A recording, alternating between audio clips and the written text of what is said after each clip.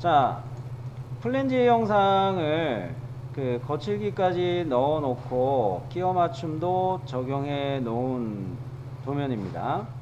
여기에다가 기하 공차를 정의해 볼 건데요. 자, 요 3번 부품은 일단 사용할 데이텀이 여기 2번 부품에서 사용한 데이텀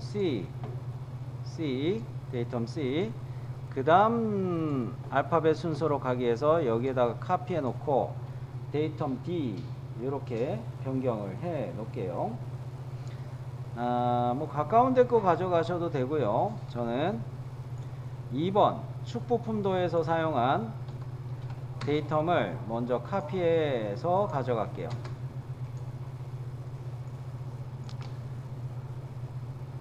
여기쯤에다가 갖다 놓으면 좋겠습니다. 자, 데이텀을 여기쯤에다가 도면의 아래에다가 가져다 놨습니다. 여기다가 가져다 놨어요. 자, 데이텀을 뭐로 잡아야 될까? 그거부터 생각을 하는데요. 이 플랜지 영상은 3번 플랜지 부품 요것은 구멍에 2번 축이라는 부품이 먼저 조립되는 거였죠. 이런 면에서 다른 부품 플랜지는 다른 부품하고 조립하는 구멍, 요게 가장 중요하겠네요. 이게 기준이 되면 되겠네요. 그죠? 그런 면에서 파일 14H7 여기에다가 데이텀을 D 이렇게 정렬해서 가져다 놓을게요. 이럴 때 14파이 요 구멍을 데이텀으로 잡은 것은 다른 부품과의 조립 기준으로 관리하기 위해서, 그리고 주조로 이 형상을 만들고 절삭 가공을 할 때 축 부품이 축의 원통 형상이 꽂히는 이 구멍을 조립의 기준으로 보기 위해서 여기에다가 데이텀을 잡는 거를 봅니다. 자, 그래서 저는 요 밑에 갖다 놓은 데이텀 문자를 일단 대문자 D 아까 이야기한 대로 바꿔놨고요. 요 데이텀을 가져갈 때 요 정도 너무 확대가 됐네. 자, move 명령으로 요거를 가져갈 텐데 객체는 당연히 이 데이텀 객체고요. 기준점은 데이텀 삼각형 채우기 이 화살촉의 중간점을 기준점으로 쓸 거고요. 가져다 놓을 때는 파이 14H7 이 치수의 끝점에다가 데이텀을 이렇게 가져다 놓을 거예요. 그랬을 때 이거 가져다 놓을 때 지시선의 길이가 좀 넉넉해야 되겠네요.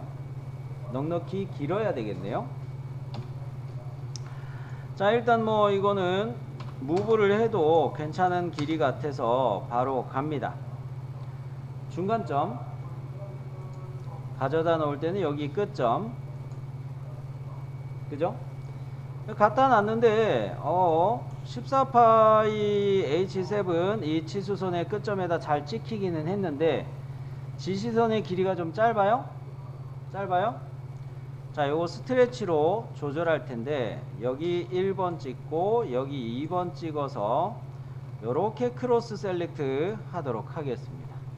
그래 놓고 기준점은 여기 찍어 놓고 한 요정도 아래로 늘려 버릴게요. 스트레치.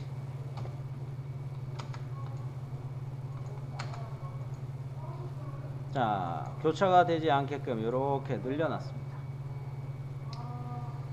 자, 그러면 우리는 데이텀을 잡아놨는데요.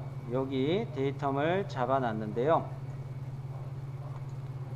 그 다음으로 가공되는 형상을 생각하는데 여기 원통 형상을 깎아낼 거 아니에요? 깎아서 이렇게 원통이 남게 요만큼을 막 깎아내면서 그죠? 만들어낼 거겠죠. 처음에 주조로 만들어져 있을 때는 어디까지 만들어져 있겠어요? 주조로 만들어져 있을 때는 이렇게 덩어리가 커요. 덩어리가 컸겠죠. 그거를 선반에서 요렇게 깎아내는 거죠. 요렇게 깎아내는 거고, 요 면도 샥 날려서 정리를 해주는 거고요. 그런 면에서 여기 면은 가만 보니까 우리가 32H6으로 해서 그 스프라킷하고 스프라킷 부품하고 조립될 거를 감안해서 얘가 축의 역할을 해야지 하고서 끼워 맞춤 허용차를 H6으로 넣어놨어요. 끼워 맞춤 허용차 H6. 그렇다면은 얘를 조립할 때 여기 기하적인 오차가 가공 시에 발생하면은 그거의 오차가 크면은 조립할 때 문제가 많이 생기겠네요. 그래서 그거를 관리를 해야 되겠습니다. 그런데 이 형상은 알고 보면은 원통의 형상이죠. 이거 전체 다 원통 형상이잖아요. 날개가 있긴 하지만. 그러면서 요거는 선반에서 물려가지고 가공을 많이 하겠다 이렇게 생각이 듭니다. 선반에 물려가지고 회전시키면서 가공을 하겠다. 그랬을 때 이거 비슷한 부품이 있죠. 비슷한 방식으로 만드는 부품 뭡니까? 이거 축이죠. 선반에 물려가지고 회전시키면서 가공하는 물건 선반이 있었죠. 선반에다가 우리가 기하공차 적용을 주로 어떻게 했습니까? 끼워 맞춤이 일어나는 요런 데에다가 온 흔들림 요런 거 원주 흔들림 요거를 적용을 했었어요. 이거는 또 뭐라고 이야기했습니까? 복합공차이면서 진원하고 직각도 요 두 가지를 한꺼번에 측정한다고 했어요. 이 원통 형상의 단면을 자르면 원이 되는데 이 원에 맞춰서 진원에 맞춰서 가공이 되느냐, 그리고 특정한 면에 대해서 이 원통 형상이 직각을 유지하면서 가공이 되느냐, 이 두 가지를 측정하는 것으로 원주 흔들림을 요런 데다가 적용을 했었단 말이죠. 그런 면에서 이 플랜지 형상도 회전으로 깎으면서 가공하는 원통 부분이라는 거죠. 여기가. 그랬을 때 여기에다가는 원주 흔들림을 여기다가 이런 식으로 원주 흔들림을 적용하는 게 좋겠다. 어디? 32H6 원주 흔들림을 적용하면 타당하겠다. 이렇게 보는 겁니다. 자, 그러면 이 원주 흔들림을 적용할 때는 치수의 구분이 지름 치수를 기준으로 생각을 한다. 아까 말씀드렸습니다. 30초가 50 이하에 요 32가 포함이 되죠. 32H6의 32 기준 치수가. 그러면 요거는 IT 5급이었을 때 0.011 11 마이크로미터 0.011mm 그렇게 되는 거죠. 자, 그러면 요거를 적용할 때 역시 앞서 사용한 것처럼 큐리더를 이용해서 기입을 할 거예요. 32H6 치수선 위의 끝점으로 갈게요. 위의 끝점으로 첫 번째 점, 큐리더의 첫 번째 점을 잡을 거고요. 두 번째 점은 첫 번째 점에서 Y의 양의 방향으로 두 번째 점 찍고 X의 양의 방향으로 클릭을 해가지고 흔들림 공차를 주는데 0.011 공차값, 데이텀은 대문자 D. 자, 미리 요약으로 말씀드리면 여기를 1번 찍어서 화살촉 이렇게 생기게 할 거고요. 여기를 2번 찍어서 여기를 3번 찍어서 이렇게 원주 흔들림 0.011 데이텀 대문자 D 이렇게 Q리더로 기하공차를 기입하겠습니다. 자, Q리더 첫 번째 점 찍었고요. 두 번째 점은 여기 정도에서 클릭하고요. 세 번째 점은 최대한 짧게 클릭했고요. 흔들림 화살촉 하나 0.011 데이텀은 대문자 D. 그러면 요렇게 원주 흔들림을 적용했는데 하나가 더 있습니다.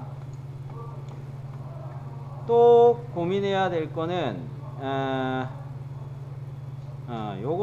요거에다가 이거를 원주 흔들림까지 적용했고 동축도 공차도 생각하면 좋겠다 이런 생각이 좀 들기는 해요. 자, 동축도 공차도 적용함이 좋겠다 생각이 들기는 하지만 하나 더 이야기하자면 원주 흔들림 이야기하는 김에 요 면을 생각을 해 볼게요. 이렇게 내려보면 더 잘 보이겠죠? 요 면이 원통의 측면인데 이렇게 스프로킷이라는 부품하고 볼트로 체결되는 플랜지의 원통면의 측면인 거죠. 요거 측면 가공을 하는 거죠. 여기를 가공을 할 때 이렇게 면이 도돌도돌 이렇게 가공이 될 수가 있습니다. 이 이야기를 하는 이유는 가공을 할 때 이게 반들반들하게 그냥 잘 이렇게 가공이 잘 안 돼요. 회전시키면서 선반에 물려놓고 회전하면서 가공을 하기 때문에 이게 진동 때문에 이렇게 도돌도돌하니 이렇게 깎일 수가 있습니다. 그랬을 때 최대, 최소 요 사이 값을 볼 수가 있는 거죠. 자, 이렇게 도돌도돌한 정도를 관리하기 위한 것을 우리는 회전체의 측면에다가 회전 형상의 측면에다가 이 가공을 할 때 발생하는 이런 오차를 우리는 온 흔들림으로 관리를 합니다. 자, 구분하는 요령은 그래요. 이거는 원통 형상인데 원통 형상의 원통면은 뭐로? 얘는 화살표 하나 원주 흔들림. 원통 형상의 측면 여기를 측면을 가공할 때는 온 흔들림. 다른 부품과 면으로 접하고 끼워 맞춰지는 부분, 요럴 때는 온 흔들림 생각하시면 좋습니다. 쌤, 그러면은 본체의 여기 측면에 닿는 거는 본체의 측면은 원통의 측면은 직각도만 줬잖아요. 이 본체는 여기까지는 원통 형상이지만 얘는 고정되어 가공을 하겠죠. 바닥을 고정시켜 놓고 이 측면을 깎아내는 작업만 하겠죠. 이 공작물 본체 자체가 회전시키면서 이거를 가공할 수가 없어요. 대신에 이 플랜지라는 부품은 이거 자체를 회전시키면서 이 면을 깎아낼 수가 있어요. 선반에 물려놓고 플랜지 자체를 회전시키면서 깎을 수가 있다는 이야기죠. 그러고 다른 요소 부품하고 면으로 접한다. 이럴 때는 온 흔들림을 적용하는 게 타당하겠다. 그리고 오는 들림의 경우는 이 면에서부터 이렇게 이게 가공이 될 때 막 이렇게 진동 때문에 제대로 이 면이 가공이 되느냐, 이거를 다 측정하면서 관리해야 되는 거입니다. 그러면 뭡니까? 요거 지름이 역시 검토하는, 측정을 하는 범위가 되겠어요. 측정하는 범위가 되겠어요. 그러면 요 면에다가 오는 들림 공차를 적용하는데, 얘는 기준이 측정하는, 가공이 잘 됐는지 측정하는 범위는 52파이. 그러면 50초가 82야. 0.013이 되겠네요.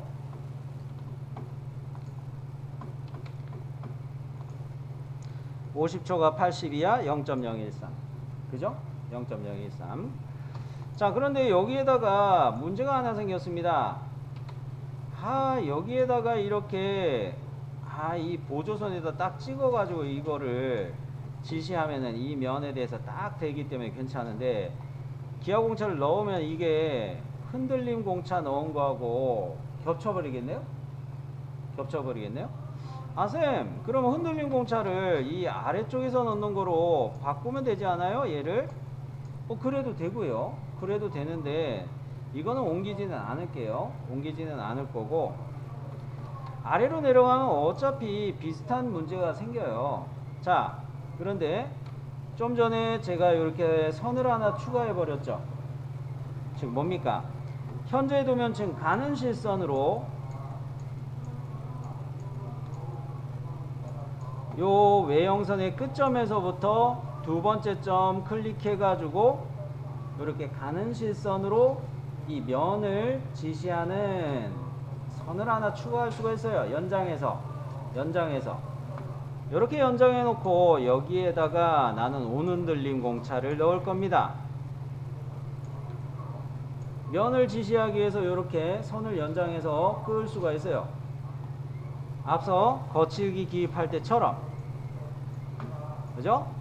요 베어링 커브 할 때도 어땠어요? 여기에다가 이 면을 지시하는 가는 실선 추가해 놓고 여기 거칠기를 표시하기 위해서 이거요, 가는 실선을 끌어냈죠.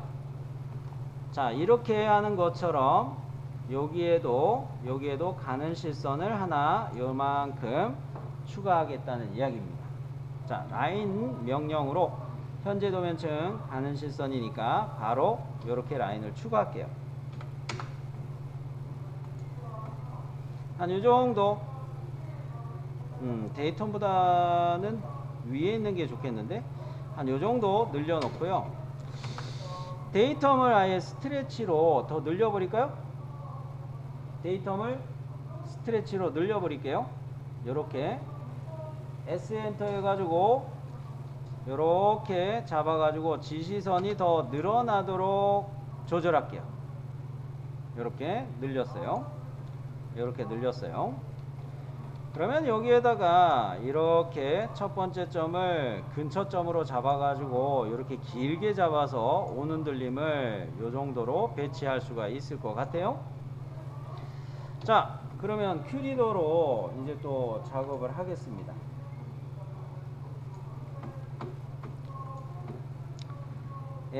가는 실선에서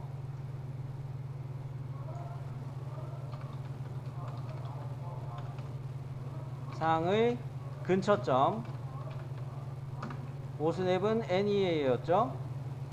NEA로 첫 번째 점을 잡고요. 두 번째 점은 첫째 점에 대해서 X의 양의 방향으로 잡아주고, 세 번째 점은 안 잡고 엔터 가가지고 기하공차 기입틀을 띄울게요. 기하공차 종류 기호는 오는 들림, 화살표 2개짜리 오는 들림, 요거 선택하고요. 기하공차 값은 0.013이었죠. 50초가 82야. 0.013. 데이텀은 D가 되겠습니다. 데이텀은 D. 아까 바꿨죠, 이거. 그래요. 데이텀은 D가 되겠어요. 자, 요약으로 말씀드리자면 다시 첫 번째 점은 여기 근처 점으로 찍고, 두 번째 점은 이 뭡니까? 데이텀보다 좀 벗어나게 두 번째 점 딱 찍고, 그 다음에 기입틀이 이렇게 배치가 되게 해서 온 흔들림 넣고 0.013. 데이텀 기호 쓸 칸이 없네. 좀 빠듯하네. 이렇게 온 흔들림 공차를 적용해 보도록 할게요. 자, 큐리더 갑니다. NEA 첫 번째 점, 두 번째 점은 한 요 정도로 찍을게요. 두 번째 점은 여기 정도로 찍을게요. 세 번째 점은 안 찍어도 됩니다. 세 번째 점은 안 찍고 엔터. 그러고 난 다음에 화살표 2개짜리 기호 선택하시고 0.013 가고 데이텀 D. 자, 이렇게 온 흔들림 공차를 가는 실선 추가해서 이 면을 지시하게 뽑아 놓고, 거기 가는 실선에다가 바로 온 흔들림 공차를 적용했습니다. 자, 그러면 이제 남은 거는 이게 동축도까지는 적용을 해야 될까? 이 원통하고 구멍하고 중심축이 맞는지 이걸 마저 적용을 해야 될까? 여기 밑에다가 동축도를 추가하는 방법도 있습니다. 기아공차 종류를 두 가지를 한 형체에다가 지시하는 경우도 있어요. 자, 동축도를 해도 되는데 이거는 뭐 그렇게 중요도가 높지 않아서 제 경우는 동축도까지는 생략해도 괜찮겠다, 이런 생각이 듭니다. 요거 판단하는 거는 여러분이 많이 해보셔야 이런 거를 이 정도는 넣어도 되겠다, 이런 판단이 많이 쓰는데요. 왜냐, 이거는 어차피 이렇게 된 형상에서 이 구멍하고 이 원통 형상을 가공할 때, 원통 형상 가공할 때 요거에 생기는 축, 구멍 형상을 가공할 때 생기는 축, 요거하고가 동축도 공차를 관리해야 될까, 이런 생각이 들기는 하지만 요거까지는 좀 지나치지 않을까, 이런 생각이 듭니다. 왜냐, 끼워 맞춤 모형차를 이미 적용한 상태이고, 뭐 이거는 5차 범위 안에 관리가 될 것 같아 가지고 동축도 공차까지는 굳이 안 해도 되겠다, 이런 생각이 들은 거예요. 그래서 여기는 흔들림 공차, 원통면에다가 흔들림 공차, 측면에다가는 조립이 되는 이 측면에다가는 온 흔들림 공차, 요거 데이텀은 조립의 기준이 되는, 축과 조립이 되는 기준으로 구멍에다가 데이텀을 잡아 놓고, 그러면 뭡니까? 제가 노란색으로 덧칠하는 요런 면들은 기하적으로 오차를 그렇게 신경 안 쓰고 일반적인 오차, 일반 공차로만 생각을 해도 되겠다는 이야기입니다. 그런 면에서 요 정도는 플랜지에다가 기하공차 해석을 요 정도로 가시면 무난하겠다, 이렇게 보겠어요. 이게 베어링 커버와 같이 커버 부품류도 요게 비슷합니다. 커버 부품류도 비슷하게 기아공차가 적용될 거예요. 단 베어링 커버 같은 경우는 오일실이 들어가는 하우징 구멍이 더 있어서 그것도 기아공차를 더 추가해야 되지만요. 자, 일반적으로 이런 회전 형상일 때 조립의 기준면을 데이텀으로 잡고, 그 외에 조립되는 원통면에 원주 흔들림 한번 적용하고, 조립되는 측면이 있다면 이런 데다가는 온 흔들림 한번 생각해 주시고, 요 정도로 가시면 기아공차 종류의 기아공차 적용이 타당하게 적용이 된 셈입니다. 세이브 하시고요.